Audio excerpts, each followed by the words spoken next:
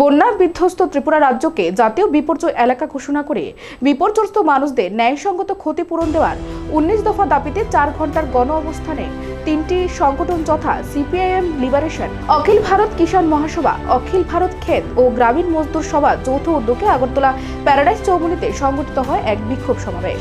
এই বিক্ষোভে অংশগ্রহণকারী এক ব্যক্তি সংবাদ মাধ্যমে বিস্তারিত তুলে ধরেন। তিনি বলেন, গত 19 আগস্ট থেকে 22 আগস্ট পর্যন্ত ত্রিপুরায় যে বিধ্বস্ত বন্যা হয়েছিল তার জেরে গোটা ত্রিপুরাবাসী চরম দুর্ভোগে পড়েছিল। ত্রিপুরায় প্রায় 21 লক্ষ মানুষ ক্ষতিগ্রস্ত হয়েছে এবং রাজ্য সরকারের হিসাব অনুযায়ী 15 থেকে 18 হাজার কোটি টাকার ক্ষতি হয়েছে। তাহলে আজ কেন ত্রিপুরাকে জাতীয় বিপর্যয় এলাকা বলে ঘোষণা করা হবে না এবং 15,000 কোটি টাকার বরাদ্দ করে জাতীয় বিপর্যয় তহবিল থেকে এককালীন বন্যা বিধ্বস্ত লোকেদের সহায়তা দিতে হবে?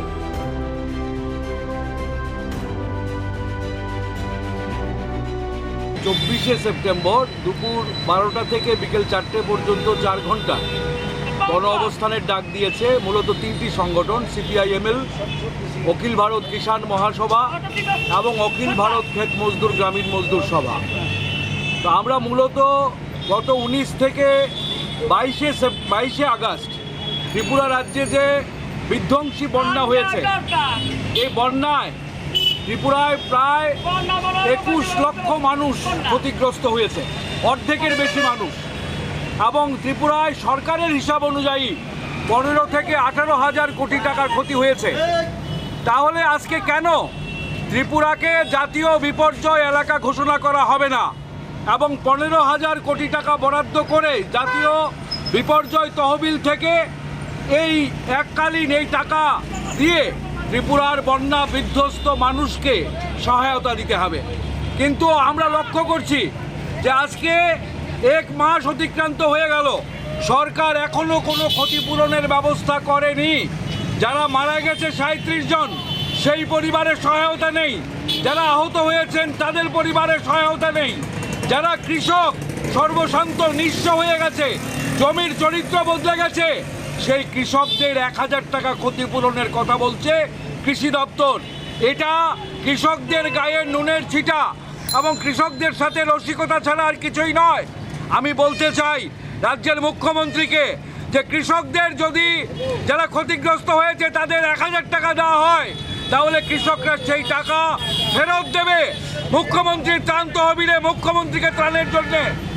মানুষ এই টাকা নেবে না, এই টাকা দিয়ে মানুষের কিছু হবে না। কৃষিকে বাঁচাতে হবে। কৃষিকে বাঁচাতে গেলে কৃষকদের পূর্ণাঙ্গ সহায়তা করতে হবে এবং যারা আজকে খাদ্যের অভাব দেখা দিয়েছে পাহাড়ে এবং সমস্ত রাজ্যে, সেখানে অবিলম্বে জরুরি ভিত্তিতে রেগার কাজ দিতে হবে। 300 দিনের কাজ, 600 টাকা মজুরি। তাছাড়া আমরা বলছি গন্ডাছড়া যে হিংসা হয়েছে, সেখানে ক্ষতিগ্রস্ত মানুষকে সহায়তা দিতে হবে, তাদের উপযুক্ত নিরাপত্তা দিতে হবে।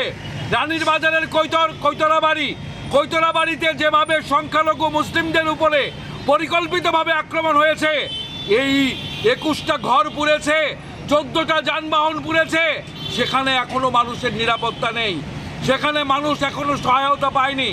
ঘর পুনর্নির্মাণ করে বাড়িতে যাওয়ার জন্য এখনো কোনো ব্যবস্থা নেই। আমরা আজকে এই কৈতরাবাড়ির মানুষের উপযুক্ত নিরাপত্তা এবং তাদের উপযুক্ত ক্ষতিপূরণের দাবিতে গন্ডাছড়ায় হিংসায় যে 100 পরিবারের উপরে যাদের বাড়িঘর নষ্ট হয়েছে, তাদের একটি করে সরকারি ঘর দেওয়া এবং উপযুক্ত ক্ষতিপূরণ দেওয়া, জোরপূর্বক তাদেরকে যাতে শরণার্থী শিবির থেকে তাড়িয়ে না দেওয়া হয়, আমরা মুখ্যমন্ত্রীর দৃষ্টি আকর্ষণের জন্যে আজকে এই গণ অবস্থানে বসেছি। আমরা গণ অবস্থানে বসেছি এই বিধ্বংসী বন্যায় ত্রিপুরার ক্ষতিগ্রস্ত মানুষকে সরকারকে পূর্ণাঙ্গ সংগতিপূর্ণ সহায়তা দিতে হবে। কারণ জীবনের অধিকার, আজকে কৃষির অধিকার, জীবিকার অধিকার, এটা মৌলিক অধিকার, সংবিধান আমাদের দিয়েছে। কাজে রাষ্ট্রকে দায়িত্ব নিতে হবে, রাষ্ট্র এড়িয়ে যেতে পারে না।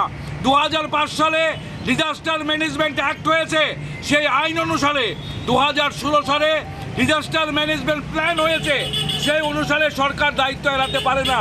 সরকারকে দায়বদ্ধতার সাথে মানুষকে সংগতিপূর্ণ, উপযুক্ত, ন্যায়সঙ্গত ক্ষতিপূরণ দিতে হবে, ন্যায় বিচার দিতে হবে। এই দাবিতেই আমরা আজকে সোচ্চার হয়েছি। উৎসবের মাস শুরু হবে, উৎসবে মুখর হবে, কিন্তু রাজ্যের অর্ধেক অংশের মানুষের সর্বনাশ হয়ে গেছে, বিপর্যস্ত হয়ে গেছে মানুষ, বিপর্যয় নেমে এসেছে। এই মানুষকে সামিল করানো ছাড়া উৎসব হতে পারে না। কাজে আমরা বলবো সরকার এটাকে আড়াল করতে চাইছে। এখন সরকার যাতে বন্যায় ক্ষতিগ্রস্ত মানুষের সমস্যাকে আড়াল করতে না পারে, আমরা তার জন্যে আজকে এই গণ অবস্থানে বসেছি।